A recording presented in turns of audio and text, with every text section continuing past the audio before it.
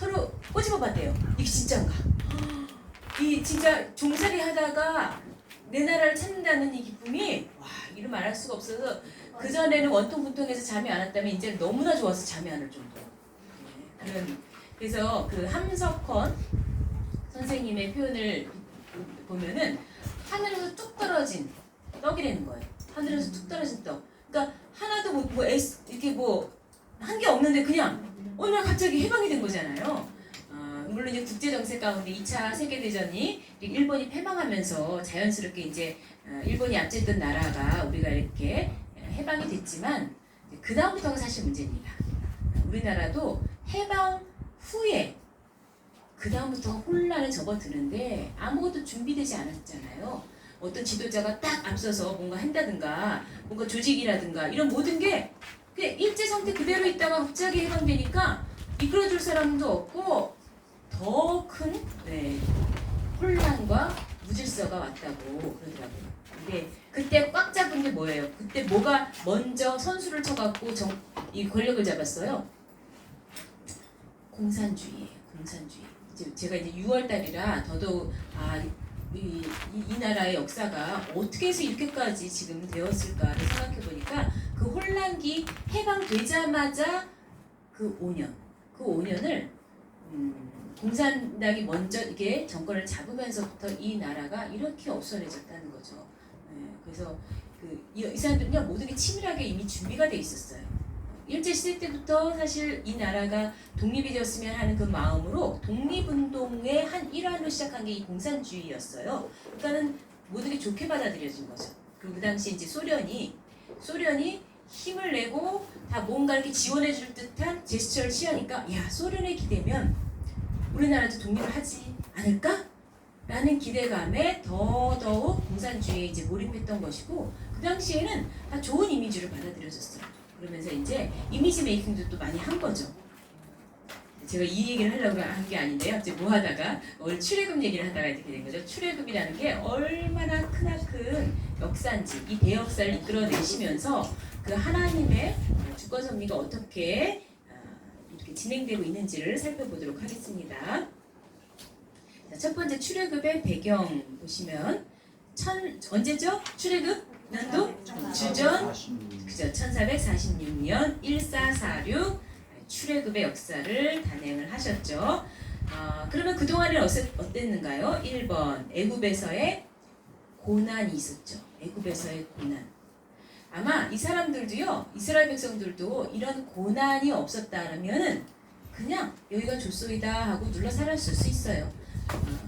그냥 뭐 괜찮은데 먹고 사는 거 괜찮으면 뭐 근데 너무나 힘든 고역을 이 사람들이 감당해야 되는데 왜 이렇게까지 되었는가? 처음부터 그랬는 건 아니죠. 언제부터 고난이에요? 요셉이 죽고 나서예요. 그죠? 그래서 우리가 이제 애굽에서의 생활을 340년이라고 하죠. 근데 그 340년 중에 고난 받을 것이다 라고 하는 하나님의 그 횃불언약 그 내용을 보면은 400년이라는 거죠. 400년. 400년의 고난 기간은 앞서 요셉이 있었을 때는 괜찮았다는 거예요. 근데 요셉을 모르는 새 왕이 등장하면서 이 이스라엘 민족을 괴롭히기 시작한 거죠. 우리와는 다른 민족, 얘네들은 그냥 놔두면 안 되겠다 하면서 출애굽기 1장 8절을 보시면 요셉을 알지 못하는 새 왕이 일어나서 애굽을 다스리게 되었어요. 새로운 왕조의 요 새 왕은 과연 누굴까요? 그 왕의 이름을 누굴까요? 투투모세 1세예요. 투투모세 1세. 이 사람이 바로 새 왕으로 등극을 합니다. 그 다음에는 투투모세 2세가 되겠죠. 그 투투모세 2세는요, 그 모세의 어머니로 알고 있는 하첵수트 그 여자의 남편이에요. 그러니까 여왕이 될 수는 없고 이 하첵수트 남편이 이제 이걸 이어받아서 투투모세 2세가 되고 그 다음에 뭐겠어요? 이제 투투모세 3세가 되겠죠? 그 투투모세 3세가 기억하세요. 이 사람이 바로 모세를 죽이려고 했던 왕이에요. 모세를 죽이려고 했던 왕. 그 다음에는 어떻게 돌아가냐? 이번에 이제 이름이 바뀌어요. 아멘호텝. 아멘호텝. 자, 아멘호텝 2세라고 하는데 이 아멘호텝 2세는요 어떻게 등장하느냐면 바로 출애굽 때의 왕이에요. 출애굽할 때의 왕. 그러니까 이 홍해바다에서 죽어 나온 누구다? 아멘호텝 2세가 되겠죠. 그런 역사적인 거를 조금 기억을 하시면서 출애굽기 1장 11절 보시면 감독들을 그들 위에 세우고 그들에게 무거운 짐을 지어서 괴롭게 하여 그들로 바로를 위해서 뭘 지었을까요? 국고성 비돔과 람셋을 건축하게 되었죠. 그러니까 몸으로는요 정말 가눌 수 없을 정도의 너무나 힘든 생활을 하게 되었어요. 그것을 더 쭉 읽어보시면 이 출애굽기 1장 14절에 보니까 고역으로 괴롭게 했다라고 돼 있습니다. 그리고 그 시키는 역사가 다 엄했다 이렇게 돼 있어요. 그러니까 보통 그냥 하루 일과 우리 그냥 뭐 일하잖아요. 그 정도가 아니라 그 외에는 생각할 수 없을 정도로 지치게 만든 거죠. 자, 두 번째 보시면 그런 가운데서도 이스라엘 백성들은 어땠느냐? 이스라엘 백성들 어디서 살았죠? 고센 땅에 살았죠? 고센 땅에 살면서 이 사람들이 그냥 애를 쑥뿡쑥뿡 너무 잘나는 거예요. 그래갖고 그냥 엄청 많아집니다. 자, 창세기 47장 27절 보면 이스라엘 족속이 애굽 고센 땅에 거하며 거기서 산업을 얻고 생육하며 번성했다. 자, 번성이라고 쓰시면 되겠습니다. 이스라엘 백성의 번성이죠. 자, 그 번성을 한마디로 표현하지 않고 아주 자세하게 거듭거듭 비슷한 표현들을 쓰고 있어요. 자, 출애굽기 1장 7절 한번 읽어볼까요? 이스라엘은 시작. 이스라엘 자손은 생육이 중다하고 번식하고 창성하고 심히 강대하여 온 땅에 가득하게 되었더라. 자, 5번에 걸쳐서 표현을 하고 있죠. 얼마나 번성했는지를 중다하다, 번식하다, 창성하다, 심히 강대하다, 온 땅 가득하다. 처음에 애굽에 들어갈 때는 어느 정도였죠? 숫자가 70가족이었어요. 70가족. 그런데 지금은 출애굽하는 시점에는 얼마나 될까요? 숫자로 볼 때 60만? 그거는 남자 군인. 그것도 200만. 이거는 그냥 일반적인 수준의 이 증가율이 아니에요. 기하급 수준이라고 표현을 했잖아요. 그러니까 처음엔 또 가족 단위였죠. 이번에 나올 때는 민족 단위가 된 거예요. 그것은 하나님께서 이미 예언을 하시고 약속하신 거죠. 민족을 이룬다 그랬잖아요. 뭐라고 하셨냐면 그 언약에 이스라엘 백성을 강대한 민족으로 번성시키겠다 그러셨어요. 자, 그 해당하는 구절들이 이렇게 많이 있습니다. 자, 그래서 민족의 대이동이 지금 일어난 겁니다. 자, 세 번째 보시면 그러면 출애굽의 때는 어떤가? 때에 대해서 살펴보겠습니다.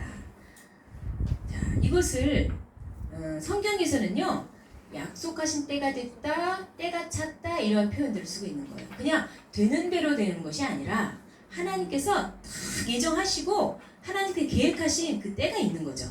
자, 사도행전 7장 17절 보시면 하나님이 아브라함에게 약속하신 때가 가까우매. 자, 때가 가차오고 있어요. 때가 차고 있어요. 그랬더니 이제 그때 상태는 이스라엘 백성이 이렇게 많아졌다는 걸 강조하고 있습니다. 그러니까 뭐 할 때까지 기다린 걸까요? 이스라엘 백성이 많아질 때까지 기다린 거예요. 그래서 이 고센 땅을 인큐베이터라고 표현하기도 해요. 인큐베이터. 여기서 길러낸 거예요, 하나님이. 70가족 딱 넣었다가 뻥 튀기를 했더니 200만 명의 민족이 생겨난 거죠. 자, 여기서의 역할은 다 한 거예요. 자, 출애굽기 12장의 40절부터 보니까 애굽에 거주한 지 430년. 그래서 430년이 마치는 그날에라고 표현하고 있죠. 참 이 표현이요 그냥 예사로 볼 게 아닙니다. 430년이 마치는 그날에 하나님 작정하신 거가 딱 된 거예요. 그러니까 우리도 우리의 삶에 있어서 야 이게 뭐가 이렇게 안 되지? 이거 언제 되는 거지? 각자 생각하는 계획하는 것이 분명 있겠죠. 그리고 조급해집니다. 아 왜 안 될까? 안 되려나 보다 라고 생각하기도 해요. 그런데 하나님께서는 여기 보세요. 마치는 그날이 아직 안 온 거예요. 그러니까 지금 더디다 생각하지 마시고 마치는 때가 있는데 그럼 그 때를 잘 나도 채우게 해주세요 라고 기도를 하셔야죠. 그때까지 내가 인내하면서 믿음으로 기다리게 해주세요. 이렇게 기도해야 되는 거죠. 자, 출애굽기 12장 2절에 보면 이 출애굽하는 그 때를 관련해서 세 달력을 주신 거예요. 그러면서 야, 이 달을 첫 달로 만들어라. 첫 달로 삼아라. 그러니까 지금 태양력으로 그때가 한 3월, 4월 요때쯤 됐었어요. 근데 하나님께서 야, 이 달을 그냥 처음으로 해. 처음으로. 그래서 이제까지 사용했던 날짜의 개념들, 달력이 있을 거 아니에요. 그거 완전 무시해버리고 하나님은 이날부터 새날. 그래서 이걸 종교록이라고 합니다. 종교록으로서의 그 새날이 된 거예요. 자, 그런데 왜 새 달력을 주셨을까? 이것도 나중에 한번 생각을 해보고 왜 새 달력을 주셨을까요? 안식일을 지키게 하려고. 그 얘기는 자, 하나님이 당신의 백성을 지금 만들어냈단 말이에요. 당신의 백성으로서의 새로운 시대를 지금 살아가는 거죠. 첫 출발. 그래서 모든 걸 다 새롭게 하는 겁니다. 하나님께서는. 자, 크게 두 번째로 횃불 언약의 성취 과정을 보는데 자, 이 출애굽과 관련해서는 왜 하나님이 끌어내셨을까? 왜 하나님이 이렇게 애굽에서 나오게 하셨을까? 이것은 전적인 하나님의 권념입니다. 권념. 자, 권념처럼 좋은 말이 없어요. 은혜만큼이나 좋은 단어예요. 권념하셨더라. 이 권념은 돌아볼 권자에다가 돌아볼 권자예요. 그리고 염은 뭘까요? 생각할 염자예요. 그래서 돌보아 생각하다. 누군가 우리를 돌봐준다, 생각해준다 할 때 얼마나 좋습니까?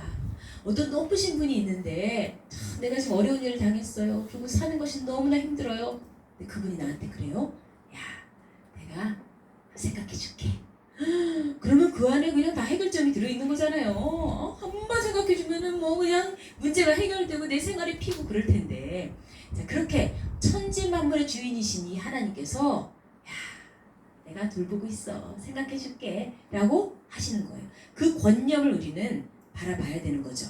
왜냐면 이 단어는 우리말로는 하나지만요. 이게 히브리 원어로는 두 개의 단어가 같이 들어있어요. 그래서 무슨 단어가 결합된 것이냐면은 하나는 라라는 단어, 또 하나는 야다라는 단어가 결합이 된 거예요. 우리 라라는 건 뭐냐면은 자세히 보다, 보는 거거든요. 내가 다 보고 있어. 우리 그러잖아요. 이 억울하고 이 안타까운 이 사실을, 이 상황을 아무도 몰라주면 어떡하나. 다 보고 있어. 그러는 거예요, 하나님께서.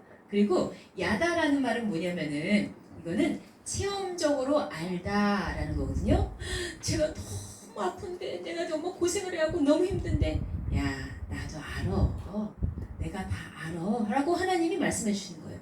그러한 음성을 우리는 날마다 들으셔야죠. 네? 하나님의 권념의 역사가 우리의 삶 속에 있을 줄로 믿습니다. 자, 그래서 1번 보시면 하나님께서는 애굽에서 고통하는 이스라엘의 뼈아픈 현실을 다 보고 계셨어요. 다 듣고 계셨어요. 다 알고 계셨어요. 그 내용이 출애굽기 3장 7절에서 10절에 나오고 있습니다. 그리고 두 번째 보시면 이스라엘 백성이 종되었던 애굽 땅에서 나올 수 있었던 결정적인 이유, 이거 뭘까요? 하나님 뭘 기억했기 때문일까요? 언약이요. 언약. 모든 것을 이루시는 원동력이 언약이라 했잖아요. 언약을 기억했기 때문에. 그럼 하나님은 약속의 하나님인데 약속을 안 지키시는 뻥쟁이에요? 하나님은 반드시 언약대로 하시는 분이에요. 하나님이 못하는 게 한 가지 있다 그랬잖아요. 거짓말. 하나님 약속해놓고 안 지켜요? 아니, 절대 아니에요. 그래서 신실하신 이 하나님께서 언약을 기억하는데 우리는 잊어버리면 되겠습니까? 그러니까 우리도 기도할 때요, 항상 이 언약의 근거에서 기도하시면 됩니다. 하나님 이렇게 약속하셨잖아요. 하나님 이렇게 말씀하셨잖아요.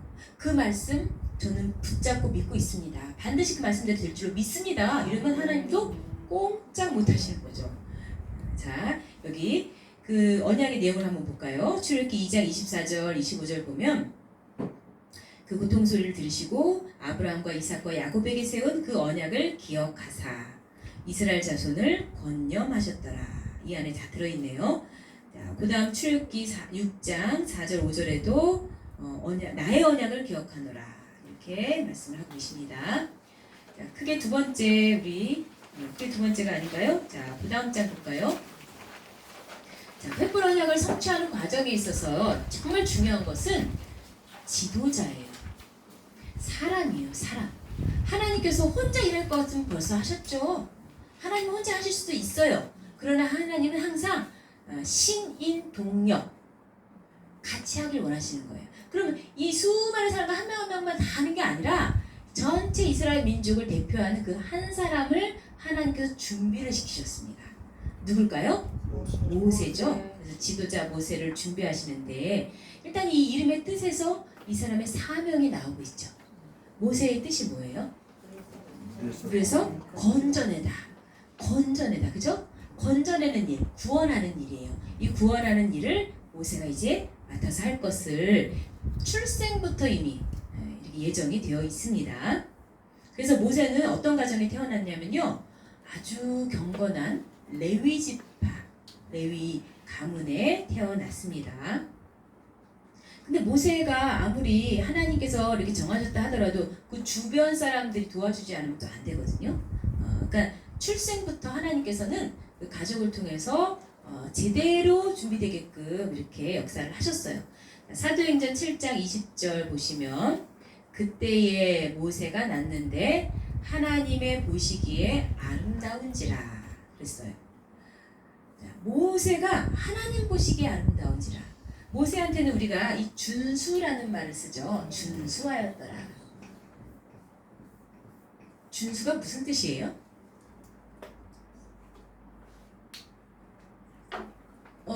다 빼어나다라는 뜻이에요. 빼어나다.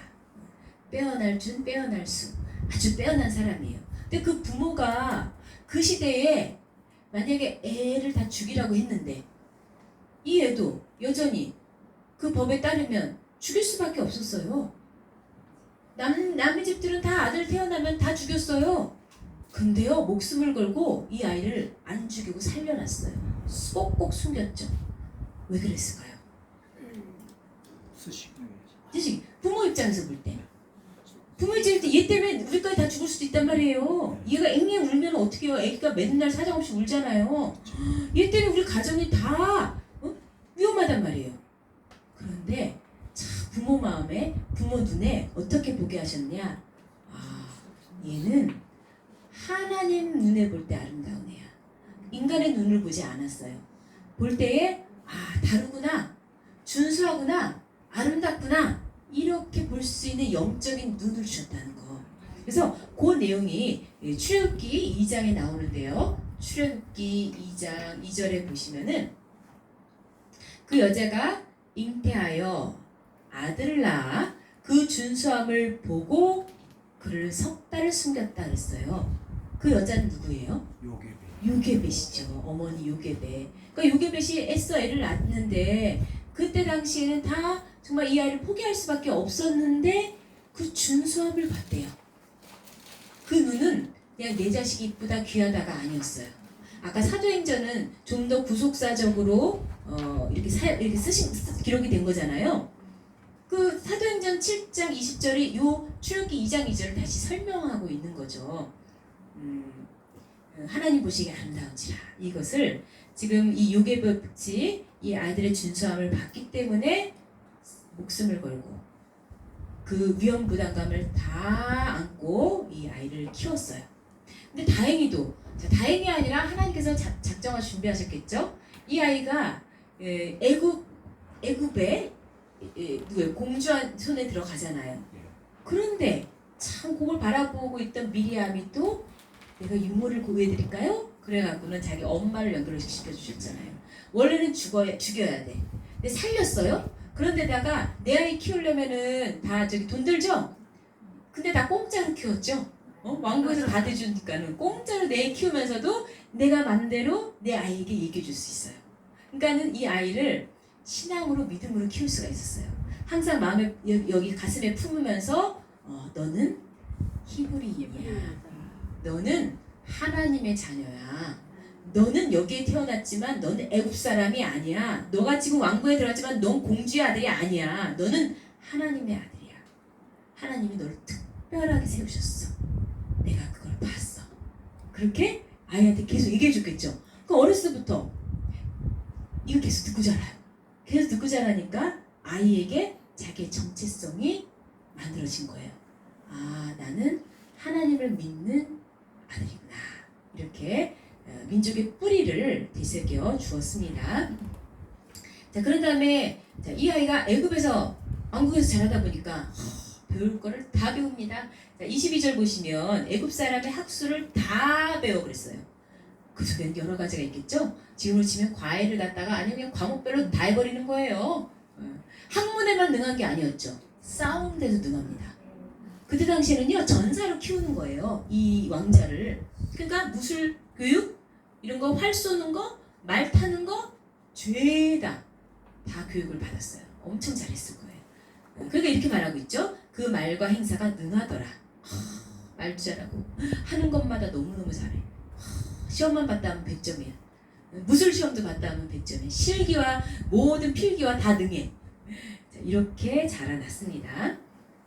이것이 다 쓸데가 없는 거예요? 다 필요에 의해서 하나님이 교육을 시켜놓은 거겠죠? 그 다음에 보시면 이스라엘 자손을 대하여 하나님이 너희 형제 가운데 나와 같은 선지자를 세우리라 하던 자가 곧 이 모세라. 자, 이미 나와 같은 선지자를 세우리라 했던 이거는 지금 원래 구약이 어디에 있을까요? 신명기에 나와 있죠? 신명기 18장 15절. 신명기 18장 15절.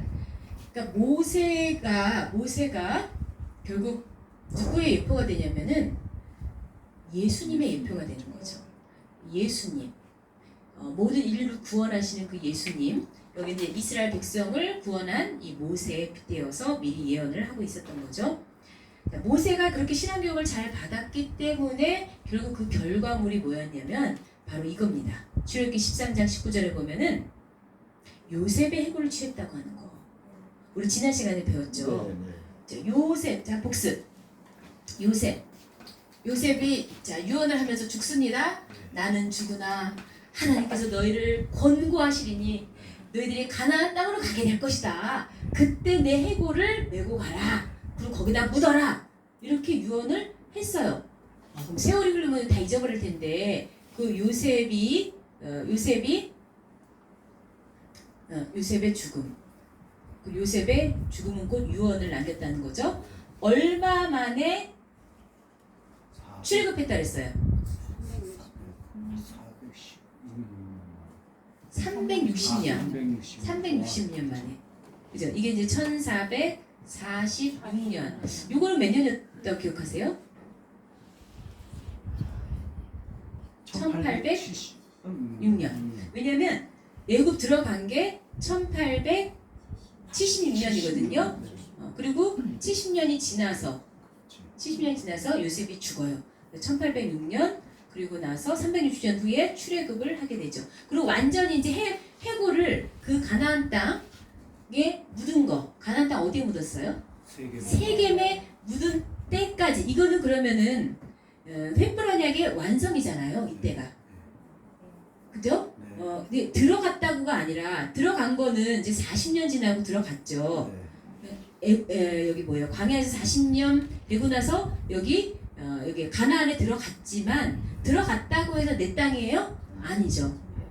땅 분배하고 정복 전쟁 하는데 56년이 걸려서 그래서 56년이 걸려서라 이게 같은 거여야 되겠네. 이렇게. 그래서 그때가 묻었어요. 이때 묻은 거예요. 그래서 그때까지를 하면 그게 바로 416년 만에.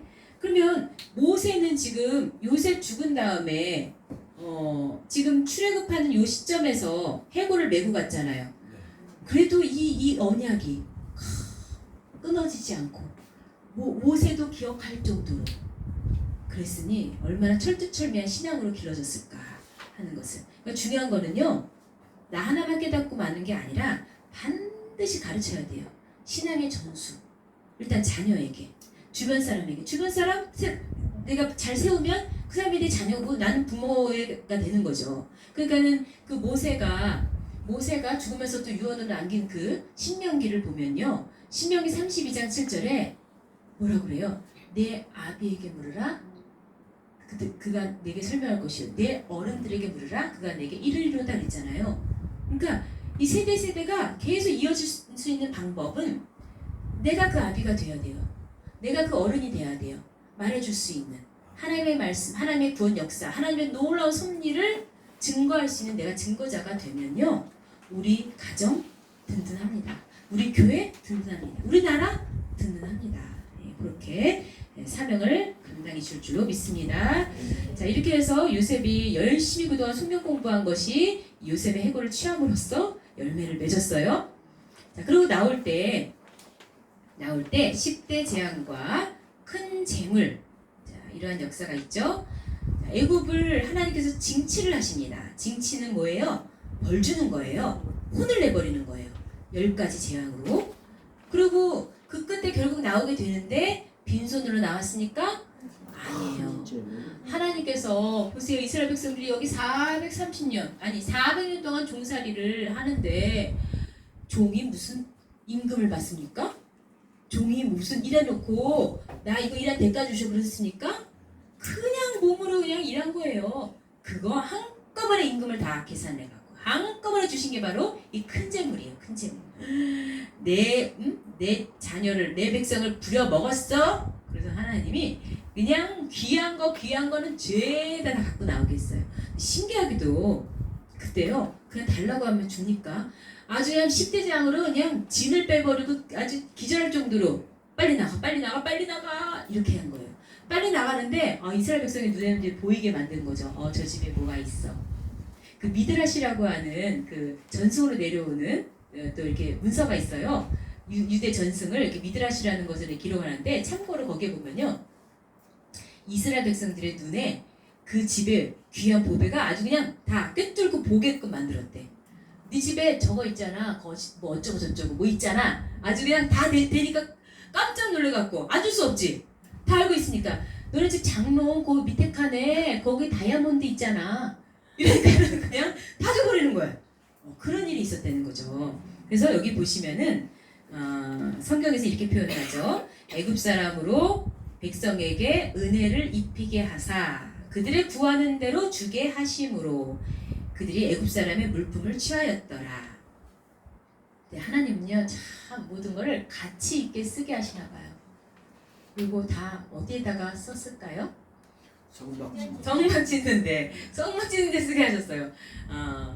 그렇죠. 이왕이면은 뭐 내 백성 그렇다고 힘들게 하시지 않고 다 누리게 하시면서 이렇게 가치 있게 쓸 수 있는 성막을 건축하게 하셨고 자원하는 신용을 다 가져왔다고 돼 있죠. 큰 세 번째입니다. 가나안으로 가는 길. 가나안으로 가는 길 모두 몇 개의 길이 있을까요? 세 개의 길이 있습니다. 세 개의 길. 세 개의 길 중에 그러면 자 보면 해변길, 수루길, 세일산으로 가는 길 이렇게 있어요. 해변길은 뭐냐면요, 우리가 보통 이스라엘을 그린다 그러면요, 이스라엘 그린다.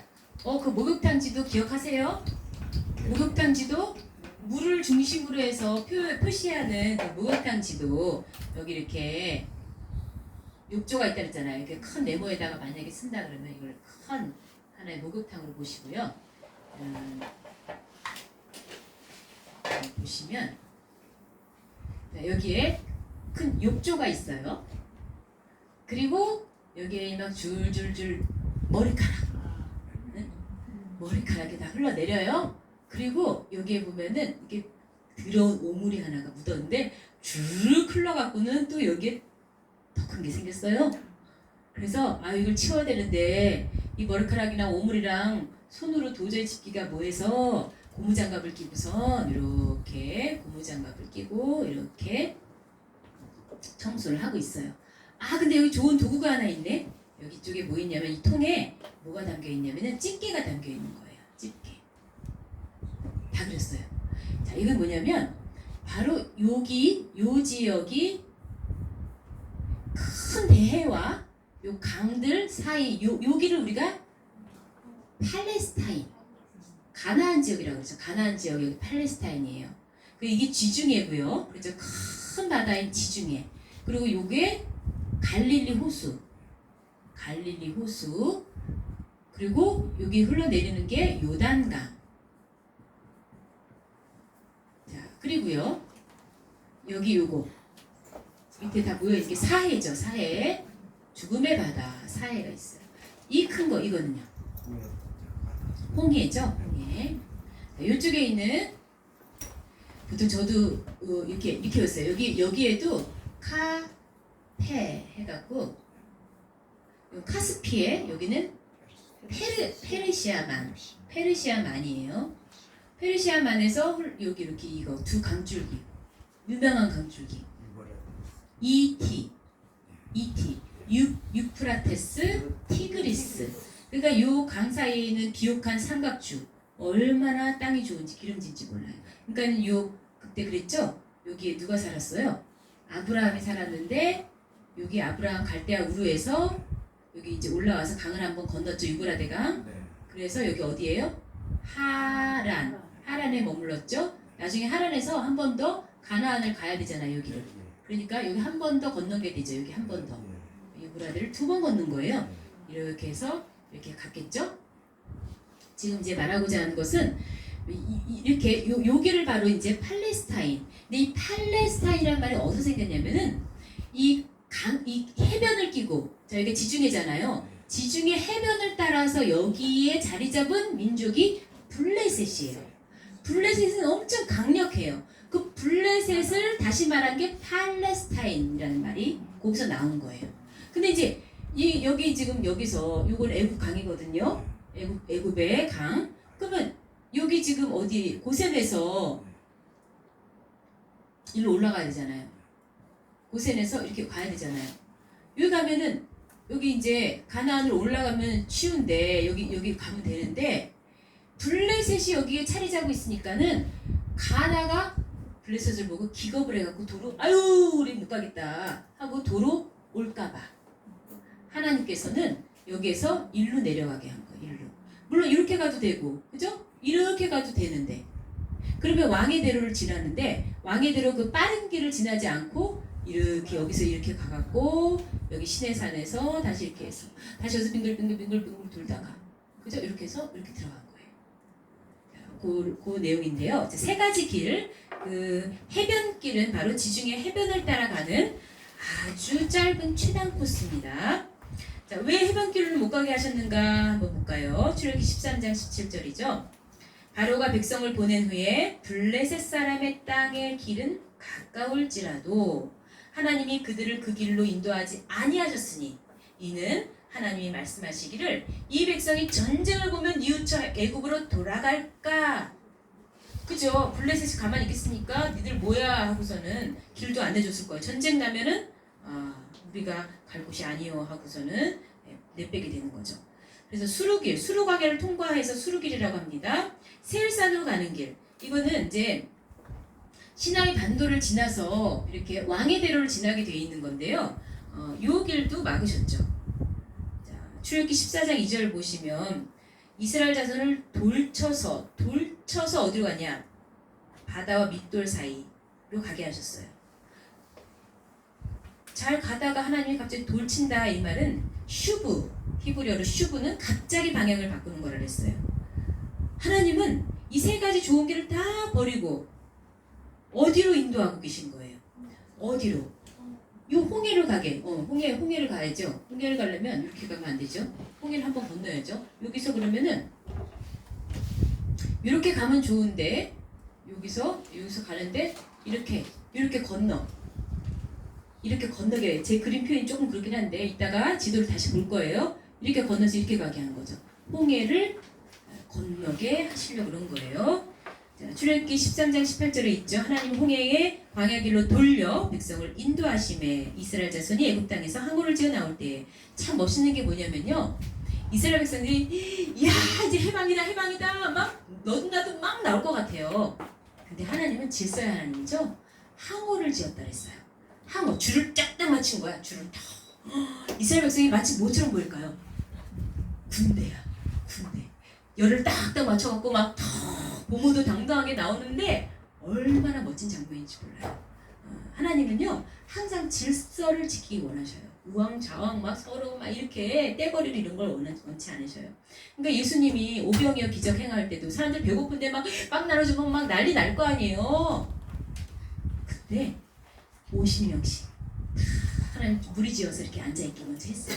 다 무리지으면 그때 갖다 주게끔 했어요. 질서를 원하십니다. 제가 어저께 대구 세미나를 갔다 왔는데요.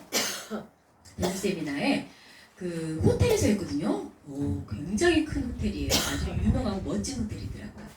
그 홀을 빌려서 하는데 1강이 끝나고 2강은 점심을 먹는 거예요. 근데 점심이 거기서 뷔페를 먹게 돼 있는 거예요. 저는 걱정했죠. 여기가 처음에 이제 480명을 사전 접수 받았는데 실제로 온 건 500명이 훨씬 넘게 온 거예요. 그래서 이 많은 사람들이 한국에 뷔페를 먹으면 막 난리 나겠구나 생각을 했어요. 그리고 앞에 사람이 막 더 많이 먹으면 뒤에 사람 음식 모자라면 어떡하지? 막 걱정했거든요. 역시 말씀받은 사람들이라 줄을 쫙 서고 자기 순서를 기다리면서 이렇게 먹으니까요. 음식이 모자랄커녕 오히려 음식이 남을 정도였어요. 그래서 그 모습을 보니까 너무 좋더라고요.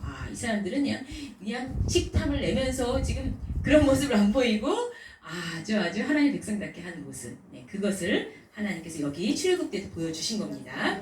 자, 2번 보면 홍해로 인도하신 하나님의 섭리. 왜 하나님이 홍해로 인도하셨을까요? 하나님의 기적을 보이시기 위해서 그랬어요. 하나님이 일부러 이런 큰 사건을 한번 딱 보여줘야 그 다음부터 하나님 역시 하나님 이럴 거 아니에요. 만약에 이런 기적이 없이 그냥 나왔더라면 그 후로도 말도 지지도 안 듣고 아니 이런 뭐 보여줬는데 말 안 듣는데 어쩌면 그가는 만약에 없었으면 더더군다나 지멋대로 아마 했을 것 같아요. 그래서 어떤 기적인가요? 바닷물을 물러가게 하셨죠. 또 물이 갈라져서 바다가 마른 땅이 됐습니다. 자, 또 홍해로 인도하신 이유 두 번째는요. 애국 군대를 진멸시키기 위해서. 애국 군대를 싸그리다. 자, 하나님의 작전은요. 막 제가 전쟁사라는 거를 어떤 군 현역에 있는 분이요 책을 쓰셨더라고요. 성경의 전쟁사. 그리고 전쟁이 다 보니까 하나님이 간섭하신 거예요. 그리고 하나님이 기발하신 전술로 촉촉 사람 아주 다 승리하게 만드는 그걸 보면은 이것도 마찬가지로 광야에 마치 갇힌 것처럼 만들어 버렸잖아요. 일부러. 그랬더니 뒤에서 쫓아오는 바로 너희들 도가내든 쥐다. 그래놓고서는 다 따라오게 만들어. 얘네들은 싹 지나갔는데 이제 이때다 하면서 물로 샥 덮어갖고는 바로 왕 그리고 군대 싸그리 물에 잠기게 만들었어요. 여기 보니까 하나도 남기지 않았다 그랬어요. 한 사람도 바닷물에 빠졌는데 어떻게 삽니까? 그리고 또 하나의 이유는요. 하나님께서 여호와이심을 나타내기 위해서 거기 나오죠. 그 온 군대로 인하여 영광을 얻어 애굽 사람으로 나를 여호와인 줄 알게 하리라 했어요. 자, 이제 가장 중요한 건 남았습니다. 네 번째, 구속사적 의미. 자, 이 출애굽 역사는 다 뭐냐? 이스라엘 백성이 지금 가나안 들어가는 거잖아요. 이스라엘 백성이 가나안 가는 이 여정은요. 성도가 천국 가는 여정을 보여주고 있어요. 천국 가는 과정. 그래서 어떻게 되냐면요. 이제 제가 먼저 여기다가 간단하게 정리를 해보면 자, 애굽에서 그리고 광야로 나옵니다. 광야는 가나안 가는 필수 코스죠. 마지막 목적지는 가나안인 거예요. 그러면 애굽은 뭐라고 할 수 있냐면 이것은 세상이에요. 하나님을 믿지 않는 세상이죠. 그리고 광야는 바로 교회예요. 교회 생활. 가나안은 천국이죠. 그래서 지금 우리가 세상에서 교회를 만약에 등록을 해요. 그러면은 내가 이제 진정한 교인이 되었다. 내가 예수 그리스도께 속했다. 뭐를 받죠? 어떤 예식을 하죠? 세례를 받죠? 그 세례 예식이 자 여기 보시면 자, 여기서 여기 건널 때 홍해를 건넜잖아요. 홍해가 바로 세례라고 생각하시면 돼요. 그 내용이 어디 나오나요? 우리 성경에 보시면요. 고린도 전서 10장 1절 2절에 나옵니다. 이스라엘 백성들이 다 바다 가운데로 지나며 바다에서 세례를 받았다고 돼 있어요. 자, 여기 이제 해당하는 성경 구절을 보시면 거기 나와 있죠. 자, 1번 타락한 세상의 그림자다 애굽은. 그래서 거기 애굽이라고 하는 거 주께서 십자가에 못 박히신 곳이라. 이거 영적인 의미죠. 예수님이 애굽에서 못 박혔나요? 아니잖아요. 그러니까 이게 무슨 얘기냐면 애굽이라고 하는 곳, 즉 세상이라고 하는 것은 예수님을 믿지 않기 때문에, 예수님을 부정하기 때문에 예수님을 죽이는 거예요. 말씀이 너 안에 없으므로 나를 죽이려 하는도다 그랬잖아요. 이렇게 믿지 않는 불신 자체가 예수님을 십자가에 못 박는 겁니다. 바로 세상을 상징적으로 나타내는 거죠. 광야는 교회 생활이다. 그래서 여기 보시면 광야 교회에 있었다라고 표현하고, 거기에는 반드시, 교회는 반드시 뭐가 있어야 될까요? 생명의 도가 있어야 돼요. 생명의 도를 받아 주던 자가 이 사람이다. 그때 당시에 누구예요? 모세죠. 그러니까 오늘날도 이 생명의 도가 있어야죠. 그래서 우리는 다 도 닦는 사람들이죠.